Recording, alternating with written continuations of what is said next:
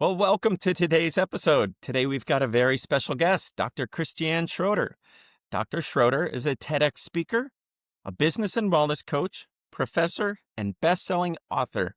She created Petite Practice to help professionals grow through small strategic actions. As host of the top 1% podcast, Happy Healthy Hustle, she shares clear, actionable tools for building aligned momentum and sustained business success. So, Dr. Christiane, welcome. I'm so thrilled to be here, Mark, and audience. This is going to be a really fun episode. We're definitely going to share some good tips and tricks for you to align yourself and your superpowers as well. I love it. Thank you. And for those just joining the podcast, we at Strativa AI help businesses scale their revenue over 12 months using AI. So if you'd like to learn how to take your business to the next level, make sure to stick around for future episodes. And if you're interested in a free growth consultation, just drop the word growth into the DMs. So, Dr. Schroeter, please tell us more about what you're working on lately. Yeah. So I love how you introduced me with the TEDx talk. And that's definitely generated a lot of interest. People came out of the woods saying, oh my gosh, I followed your journey on social media. And now I want to do a TEDx talk too. How do I do that? So I'm How working on a book. inspirational. Helping you to get that runway to the red dot. That's a book that I'm working on. But Nice. I even like it. Cool title. a runway to the red dot. And then even before then, so on December 4th, I'm going to launch a book that will really tie in our confidence with our sales and marketing strategy. So it's called Step Into Your Voice. Because once you align yourself, all of a sudden you're actually going to have fun selling. And you're going to have fun putting marketing together because you are really feeling you can speak up and you feel confident with that. So that Step Into Your Voice book will be launched on December 4th. Exciting. That's coming around the corner not too long from now. Yep. Good, good. Okay, so you've got some books going on. You did your TED Talk, and Mhm. also as a professor, what's your role there? Yeah. Where do So you I like to teach focus? innovate. Beautiful question. So I teach innovation entrepreneurship. And if you're Okay. watching this recording, you can kind of see my books in the background. So the main reason really why I started writing was because I missed, when you write your dissertation, you're like, oh my gosh, it felt kind of good to create some like momentum with your writing. But at the same time, you always want to write something that helps others to really create momentum, not just with your teaching, but also leaving a legacy with your words on paper. Just because we all have different learning styles. And so I created a book for my marketing class that's called How to Master Your Goals. Because if you think about marketing, that's really what it comes down to. Like, we have goals, we have problems, we have needs and wants. How can we all align this in marketing? And then from there, I teach innovation entrepreneurship. So for that class, I wrote a book, Discover Your Superpower, because best innovators and entrepreneurs are the ones that really discovered their superpower. And everybody else that hasn't discovered it yet, don't worry at all. At the end, we have that Discover Your Superpower quiz. So you can even like discover how aligned you are with your superpower later. That's cool. I like that. How you have a quiz at the end to help people along that journey. Yeah, and you can pop it. It's free. You can pop it in the show notes here today too. So it will help you and align yourself with your superpower. Oh, yeah, yeah. Be sure to. I mean, you could drop it right now. What's the link? How do people find that? Yeah, so go to my website, Dr. Christiana. So it's written out the word doctor and then my first name. And it's just in the top right-hand corner. Can't miss it at all. It's like a raspberry button. Click on the raspberry button and get aligned with your superpower or figure out how aligned your superpower is with yourself. And then, of course, while you're there, watch my TEDx talk because that's definitely been an amazing journey where I felt my superpower was aligned with myself. No kidding. And I think I recall when we spoke a couple weeks ago Mhm. about that, and you were saying that what was the accolade that you said there were no show notes or no prompts or no teleprompter or something? What do they call it for the TEDx when it's just completely you? Confidence It's screen. a confidence scale or Confidence. something? Confidence monitor. Monitor. Yeah. Okay, got it. Yeah.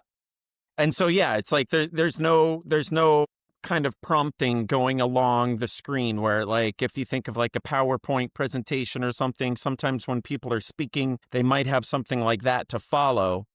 But this confidence monitor is something similar to that, and you didn't use that whatsoever. Do I have that right? Yeah, I really just memorized it and got up on the stage. And my goal was to connect with the audience and look at them. And I didn't want a monitor in the way. I just wanted to Yeah. be the person that they can focus on and listen on, and the person that really honors their presence. And then, of course, everybody that's watching on YouTube, you can see how much fun I have while I give the talk. So I wasn't sidetracked by any electronics or anything. And I think even like the preparation leading up to it, coming back to my Runway to the Red Dot book and my Step into Your Voice book, was already a blast and a learning Mm. experience from an entrepreneurial perspective, right? Yeah, yeah. And so, what are some success stories that you might be able to share in regards to either any students that you have had that have taken your guidance and applied it in their own lives, or maybe something outside of your students and in any business relationships that you've had where people have taken your guidance and achieved success? Well, that's a beautiful question, Mark. So Thanks. first of all, I always believe that if you touch somebody else's life, stay, in contact with them and see how you can be of service with them.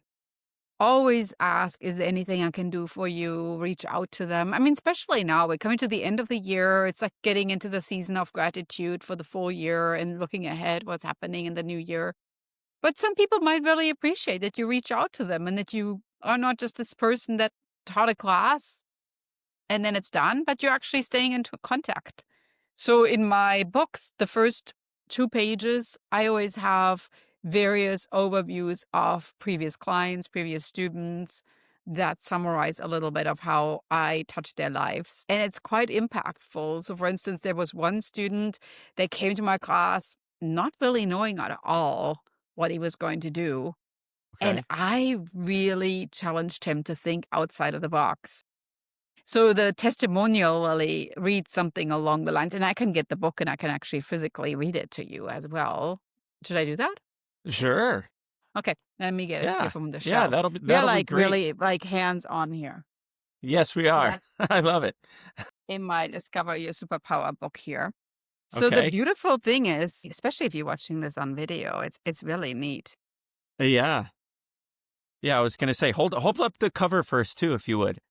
Let's see the cover. Okay, there we go. Discover your superpower. So that's what the cover looks like, everybody. Yeah, and it's important that when you discover your superpower, this is what the world sees. Hmm. This is who you are. The roots are who you are, right? Right. Your Yeah, superpower is very much tied in with how you grew up, how your yeah, values and beliefs are shaped. yeah. And And if you let's see think about, the testimony. yeah, so Which it's one are you this student referring right to? there. That This guy, student right there. Joe, Okay. Joe Yeah, Joe. Gardner. Exactly. So let me read this. Yeah, Joe yeah. Please Gardner, do. Vice President of Business Development.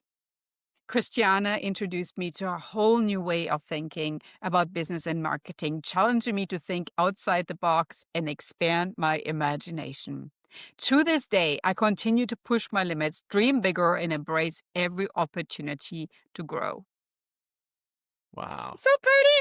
I that know. And is. what's cool is that I'm still in touch with those students and those That's great. clients. So there's another one over here that somebody says, Dr. Schroeter has been an irreplaceable mentor in my life, exemplifying dedication, discipline, and the power of small, consistent efforts. That's the petit practice you mentioned at the beginning, Mark.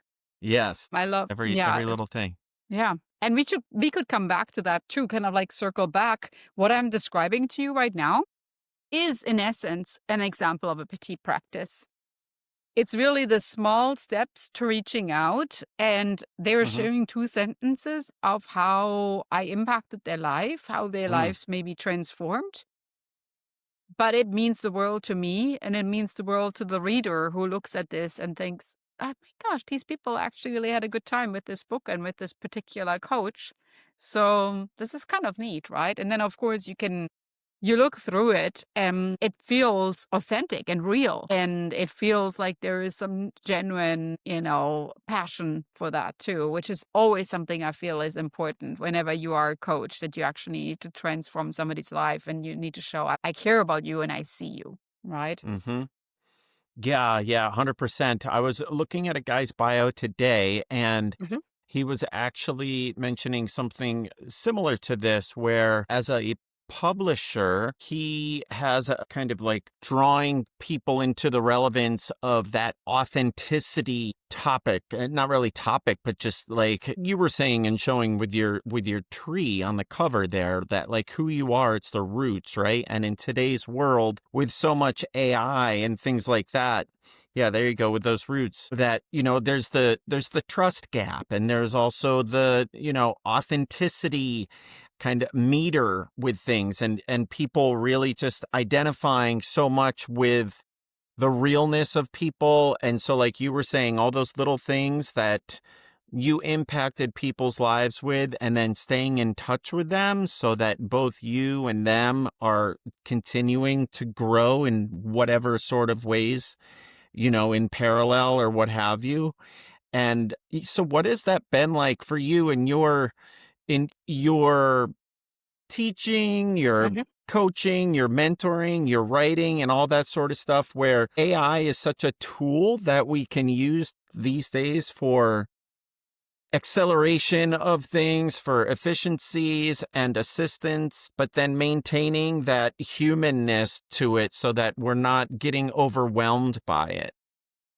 Beautiful question. Yeah. I think as a coach or a mentor or even like somebody that's just touching your life as like a little node in your network, I personally follow what I call the lead approach, which is LEAD, right? For lead. So Huh? first, my principle is I listen. That's Yeah. the L in lead. Always listen first and then speak. And especially with AI, if you sometimes listen to an elevator pitch or you listen to a description of a business model, you can quickly pick up whether people are just generating this in ChatGPT because it doesn't come from the heart and doesn't even sound real and authentic. And Right. now that's like something when you listen to people's problems, you can be a much better prompter in generating AI pitches that actually align with how you would say it. So always think a little bit in terms of listen first and then use some of the key terms really when you put your ideal client together or your elevator pitch. You want some of these key terms to be feeding in because that really builds a very nice, colorful, ideal client and not just like a shallow robotic response. So Hmm. listen first. That's really Yeah. important. And then secondly is the E, and the E is for empathy. And Mm. again, we're coming back to this. You have to feel what somebody says. And I love AI. And I think this is like really the key to making you interact with AI in a way that it expresses those feelings. So at the end of the day, you're still the one that gives me the elevator pitch or that presents their slide deck to me or that puts the website together or the marketing Yeah. proposal, but you Like have to whatever the put your service empathy in is. it. Yeah, you have to Yeah. put your empathy in behind that. And then coming to A, and that's what you just brought up, Mark, is that authenticity. What's really special about you? And that also goes to the D then. What's your direction? Where are you going to go with this? If I'm not clear about the so what, then I'm like, okay, so you're just kind of meandering around here. What's your Right. Like direction? What do now you what? really yeah, it's like, okay, yeah. So listen, empathy, authenticity, and direction. That's really what I personally feel is how we can use AI in our benefit and really feel like we are a team. 100%. I love it. I love it. Where have there been instances where the AI has given you some sort of a challenge or a setback that you did not expect? And not only how did you overcome it, but what were some lessons learned around that?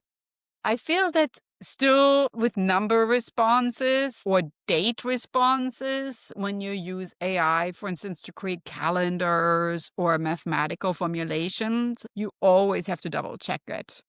I've actually been in a presentation and that person had put together like a calendar of meeting times and it was completely off, right? So Okay. it was like telling us that it's Thursday, whatever, October 22nd, where today is actually the 23rd. And it was like, Right. whoa. Super basic. I've had that same thing happen actually.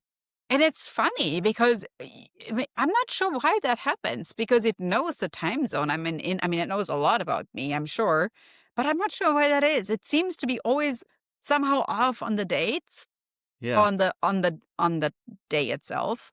And then same thing, I had somebody send out a newsletter, and it was similar to what I just did with my LEAD. Okay. And then the AI actually left out one of the letters. So at first I thought it was like intentional. So I responded back and I basically said, "Oh yeah, it's like one of the letters is missing." And she was like, "Oh my gosh, how embarrassing." But so it happens. So you always have to double check the work. My biggest suggestion to you is you can use AI, but in a certain way, it's nearly like with children. Don't be like super tired or super frustrated or Uh, like totally like time pressed because that's like when the responses are just not happening. When you really, really right. want it to work, it's like, oh, it's like when you try to get your kids in the car and they're not having their shoes on. It's like, oh Right. no, why are we not Garbage in, wearing shoes? garbage out. We are leaving right now. Nobody's ready. And I was like, oh. So that's the same thing with AI. Like, don't wait till the last minute. And by all means, like, keep a calm head. It really doesn't matter if you meant to send out a newsletter at 9 o'clock, that you send it out at noon because you double checked that all letters and all dates were correct, because it kind of falls back on you. I mean, I honestly sent out once a newsletter and I had just, used ChatGPT, and at the end, it said, like, "Warmly, your name," and it didn't say my name. And so some people responded, and they said, "Christiana, I was supposed to say warmly Christiana, wasn't it?" And I was like, Right. Whoops, so didn't these check little it. things, I know, these Yeah. little things, it's fine, but then some people will start to become, like, a little bit like, yeah, Mhm. need to be careful Yeah. about that." Right. Yeah. It's so important to check that all along as well. I feel like to not only give it good inputs at the beginning, but as the iterations go through, to check on all of those and then to really maintain that the final output is something that you're proud of, right? It's like the builder who's building a house. It's like he's or she is putting their heart and soul into every time that they're hitting a nail in with a hammer or something, right? Like that level of pride and workmanship. I think a lot of times people are leaning on AI to do what I call the cognitive offloading and just have Yeah. it take care of these things for them. But the people that are going to be more successful, I believe, are the ones that are using AI to do cognitive uploading or like upgrading so that they're using it as a tool and then they're wrapping in like their personality to things so that it's really showing them in the best version of themselves. And so whether it's like making sure that their resume is truly correct and accurate on an application, or whether it's, writing something in a book about a biography of themselves or something, or like something in their work that has to do with something AI, it's just always checking it and then making sure that humanness is going to come through in whatever the output is of having the AI assistance. Yeah, I totally agree, and I like that you say the humanness about all this, because at the end of the day, it's great for brainstorming and it's great sometimes to look at things from a different perspective. I mentioned my testimonial about thinking outside the box. It sometimes helps actually with that outside of the box thinking. It's like, huh, I didn't even think about that. But Right. then you still, at the end of the day, you're the one that should choose one of those solutions and execute it in a way that you feel it gives your own personal touch with it. Mm-hmm. And that is really important. As I say, so you could write your elevator pitch in ChatGPT, that's great. But you're the one that's recording it on and uploading it to YouTube and sending it to me. And if it sounds like, why are they using those words? And I'm kind of Right. like starting to second guess, what is this Yeah. actually? Yeah. There's no humanness right there. It doesn't fit. Right. Hmm. Yeah. Yeah. What has been some learnings that you may have had from either your coaching clients or your students of something that they've used, implemented, or found out because of AI, and that's given you a kind of learning moment? Yeah. So recently they use a lot of images. And I mean, I'm fine with mock-ups, creating them in AI. I think images showing people is always very difficult and it just doesn't look quite right. And, there's fingers missing or something. Right. It's getting definitely better. It is getting better. Yeah. But, earlier we talked about the typos in the dates Yeah. and in the Right. days. There's always typos somewhere. When a student creates a mock-up, you really have to double check it. It might be good the first time, but then you do more iterations, it actually gets worse, which is kind of funny, right? It's like a spiral. It's like, and then it lands. Right. And it's like, now it's full of typos. Right. So that's definitely, I see that a lot. So what I always say is, describe what you're trying to get across. Let's say you do a product mock-up. Describe in ChatGPT, I want to create a slim can. It's this particular drink right here. I want that the colors are whatever, blue and raspberry pink, and this is the font, and da da da. Da. And it's actually super helpful to see what it comes up with. But Mm-hmm. then I have the students or the clients take a screenshot and say, all right, so now we're going over here to Canva. We're actually going to create this from scratch. And you'll be surprised in how much this is going to look differently. And at the beginning, like, oh, but do we have to? The one from ChatGPT is pretty decent, isn't it? All my cover designs from all my books, I always brainstormed on ChatGPT, like, Okay. what cover design would you come up with for Step Into Your Voice? And that was actually Okay. a tough one, Mark, right? Because it's Yeah. like How so? a brain and a person steps into it. But then, Yeah. Okay. at times, there's some good ideas there. And then I'm still going to go ahead into Canva and creating it myself from scratch, just because I would prefer that it all looks cohesive with my colors. I see that the brands are exactly represented in the right fonts, and that's just really what I love doing. I love doing it myself, and that's what I end up doing at the end. Yep.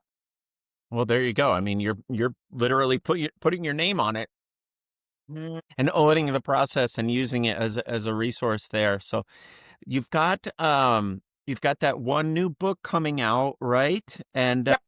what other exciting projects might you have coming down the line in 26? Yeah. So in January, I'm going to launch the Next Step coaching program, which will Okay, be what's going that? hand in hand. Well, it will help you gain the confidence in your leadership style, in your business to really go to that next step because you actually feel you can speak up when maybe before you were holding back. And confidence really creates momentum, and momentum also creates money. That's how I look at that. We always have to think at the end of the day, there might be a lot of opportunities you haven't tapped into it yet because A, you might not have had the confidence to go after them, but B, just because you didn't have your systems efficiently lined up. So you can hear from my accent, Sure. I'm German. I'm all about efficiency. Like, how Right. can we make this more efficient, right? And I'm Yeah. very much a believer that once you align your efficiency and once you align your voice, which is Yeah. basically what the next step is, you're really going to see some momentum. So that coaching program is You're 8 weeks unstoppable. long. Okay. Probably, 8 weeks and really feeling we're going to nail down what your business proposition is and then scaling that. I love it. Wow. And so how much does the coaching that you do Mhm. parallel what you're teaching your students in class? Yeah, that's a great question. So in general, the number one problem, which is going to be what the Step Into Your Voice book focuses on, is always the same, Mark. Confidence, right? the lack of confidence or the self-doubt, especially if you're a high achiever and maybe you are a business and you already went to college and you have all your degrees, maybe even your PhD. Lack of confidence, self-doubt is always the same. So that is what I coach all age groups. The college students, the clients, I even coach high school students. The self-doubt is always the same. And I Yeah. think it comes back to that superpower that sometimes our roots, there's somebody in our life that does something while we grew up. It could be that, let's just say you're an artist and there was this one teacher that took once your work and crumbled it up. You know how impactful Yeah. that is to have somebody that does that to you? Yeah. It certainly can Huh? be. Yeah. And so I always think about, let's go back and really think, what is it that you're passionate about and why are you not doing that? And let's figure out how to really step into your superpower and make that defining moment something we can tackle and we can overcome. I love it. A mentor of mine recently shared his definition of confidence, and the way that he likes to define it is that it's knowing what's going to happen in the future or knowing what's going to happen next. Mm.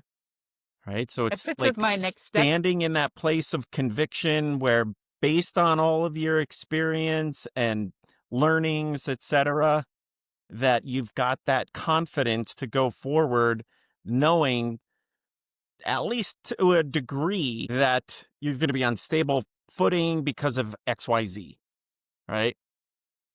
That fits with my next step title. That's a good one. I should get his quote into my book. Yeah. There you go. Brooks. I forgot his last name, but Yeah, that would be great. We I'll can get it to you. connect after that, but this is Yeah. a fantastic definition. I love that. Yeah. 100%.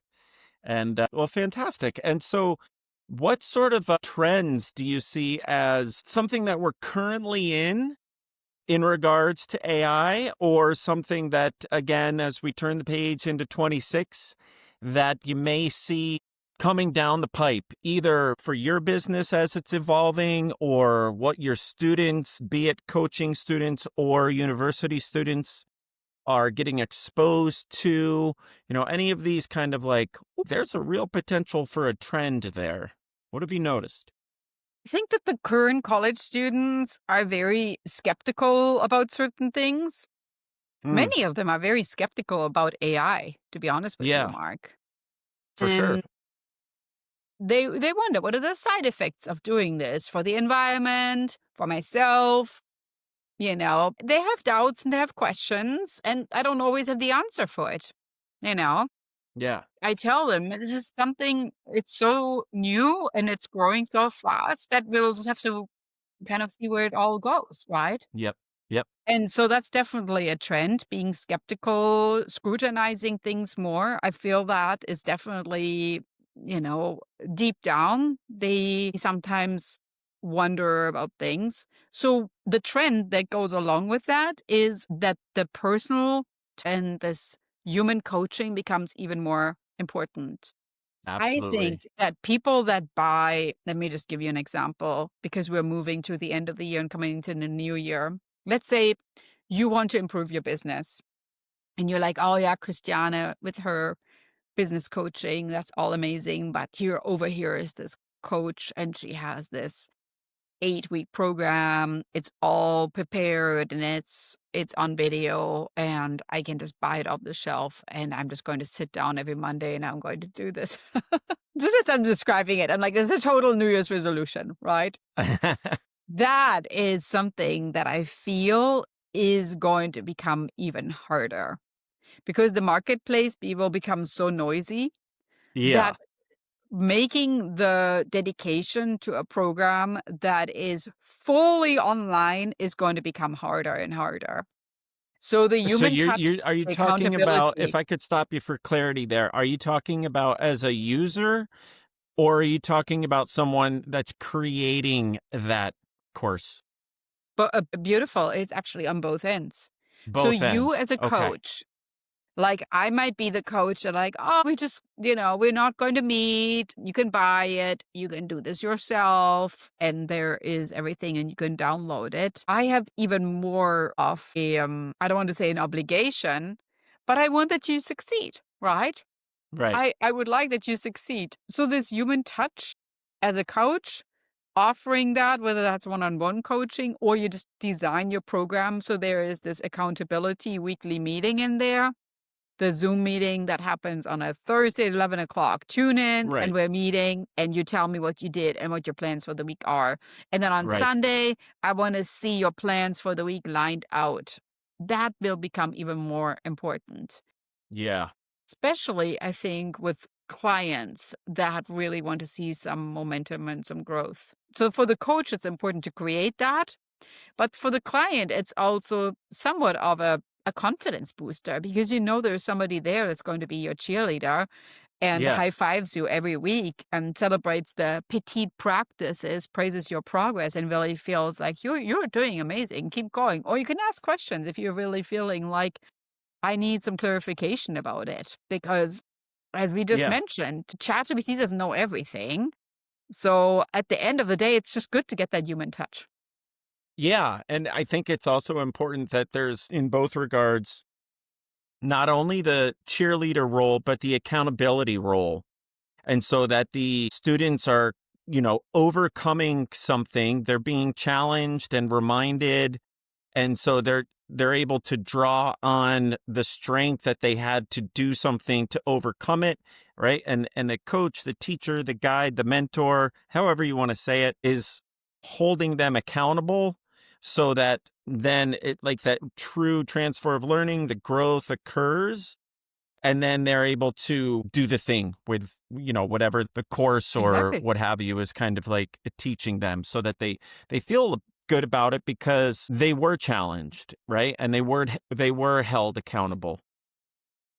Yep. Yeah, in one of my episodes on my podcast, Happy Healthy Hustle, I actually use this example where I say, "Is using ChatGPT cheating?" Some of my students ask me that. They're like, "Oh, Dr. Schroeter, isn't it like cheating? I'm using ChatGPT over here." And I was like, "Well, let's talk about this, right?" So the way that I Yeah, that's a describe it, huge subject. Yeah.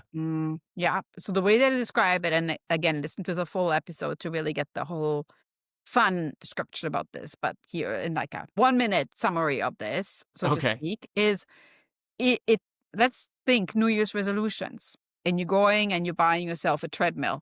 And you put it at home in your living room and you think, well, every time I watch TV from now on, I'm going to get on this treadmill. And time goes by and you start using the treadmill a little bit more like a clothing rack instead of actually getting on it every time you watch TV because it's like just nicer to sit on the couch. And I mean, you already ate and now you're like, I don't want to get on the treadmill. I mean, I just want to sit Right. on the couch right there in my living room. So you have a treadmill and you could use it, but you don't, right? Or you're not using it to what you intended to do, which was to get in shape. Yeah. Okay. So instead, you could also drive to the gym, which is super time consuming because you have to get in the car, you have to change your clothing, you have to hire a trainer, you have to like take a shower, blah, blah, blah, come back. So see where I'm going with this? ChatGPT is a little bit like that treadmill. You put that in your living room, but you don't know how to use it properly. You don't really see outcomes and results. You're like, whatever. I don't know where this is all going, right? I want to do Right. it just the traditional way. I just want to use my thing the way that it has been done all along. Okay, that's fair. You can do it all along, but you could actually probably use that treadmill and be super efficient with it because you could just work out for 10 minutes 2 times per day and you're saving yourself a ton of time. You just have to Ton of figure out how time. to do it properly. How to do it Right. properly. And that's really how I look at this. I know a lot of people they just kind of, like, look at it as, like, it's a button and, like, on, off, on, off. It's not like that. There's so many functions on that treadmill, you just need to learn how to program it properly, and that's how it works. Yeah. There you go. There you go. And then you don't have those love handles anymore. And you got a 12 pack. Well, in general, if you are worried about the environment or your time or your money at the gym and da da da da da, there's all this environmental, these factors that I tell you is important in January when you have New Year's resolutions. I get it. Then that's something you have to think a little bit about, right? Does it really Yeah. make sense for you to necessarily buy a gym membership for the next 24 months? Maybe not. Right? Yeah. It's got to be something that works for you, not against you. Exactly. Yeah. Yeah. Yeah. 100%. Fantastic. Wonderful. Okay. Well, as we kind of come into a port here and, tie up the ship, what might be some final suggestions that you might have for people that are, more hesitant with using AI and, words of, I don't know, thought, consideration, suggestion on how to put it to use for them so that it's in a good constructive way? Yeah, that's a good question. Don't immediately think and that's not going to do it. As with anything, as I tell my kids with like new foods that we try, take one bite. And Right. if you don't like that one bite, that's all right. At least you gave it a chance.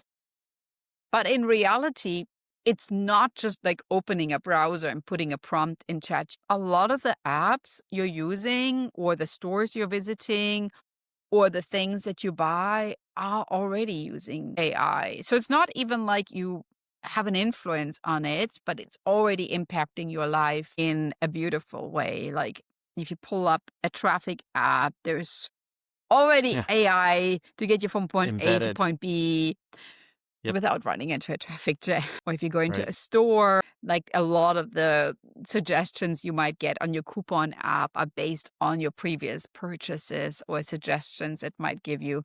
So it's not Sure. always necessary to even feel like you need to change your whole life. Just look at it more as like a gentle nudge to make things a little bit simpler.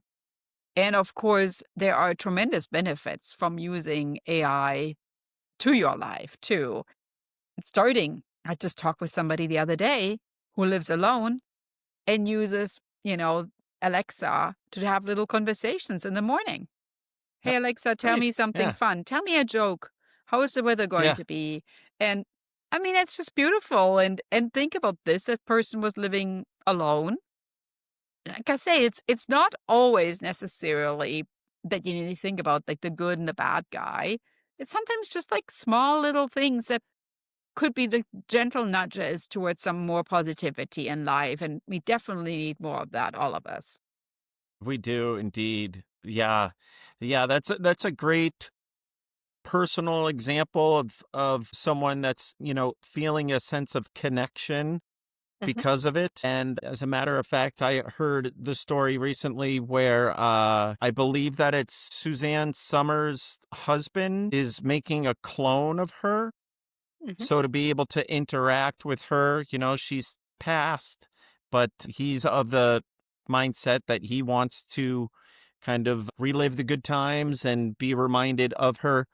I mean, personally, I myself, both of my parents have passed, and I have those saved voice messages from them that I just love listening to, right?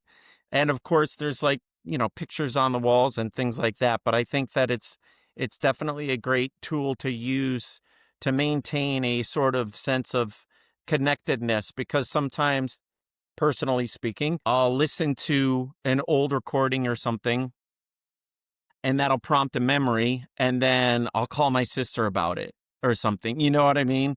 And so it's just like an example of still having them in our world, even Mhm. though they're not. So I think that there's a lot of creativity and growth that can come out of it all. Yeah, and I love that you bring this up, leaving legacy, because that is Yeah. really what a lot of entrepreneurs why they start their business. They want to leave a legacy of them in the world.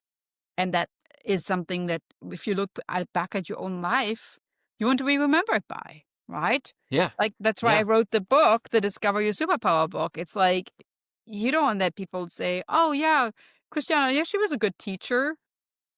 That's it. Like, Right. And we then, want to maybe like have a little bit more, like what I just read you. Like, she pushed me outside of the box and she yeah. really changed my life. The way that I think is completely different now.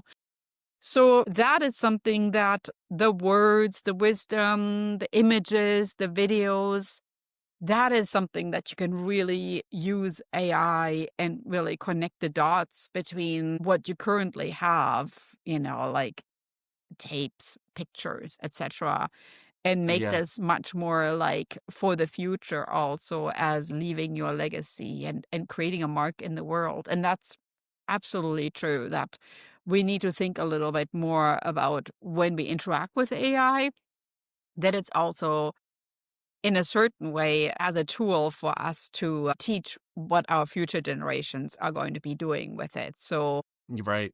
Yep. like the pictures, the images, the videos, all that I think is just a beautiful way of creating some memories. And while we might not all want to create a person that maybe passed away in our lives, Right. I think I love the For sure. sentiment behind it. I love the sentiment behind it. It really shows there Yeah. was some love there. And it's maybe Yeah. even something that you can think like, all right, so how can I maybe record some voice notes? How can I maybe create some videos? And maybe, there's some way of doing this because it will mean a lot to the people that are around right now.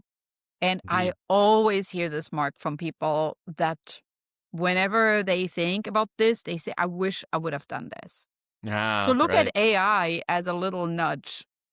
You gotta get going on you gotta get Nice. going on this. So you want to Nice. think of AI as making this all simpler. Uh-huh. Uh-huh. Very good. I love the way you tied it all up there, Dr. Christiana. I love it. And so if people want to, explore more, where can they find your books? Where can they reach you online?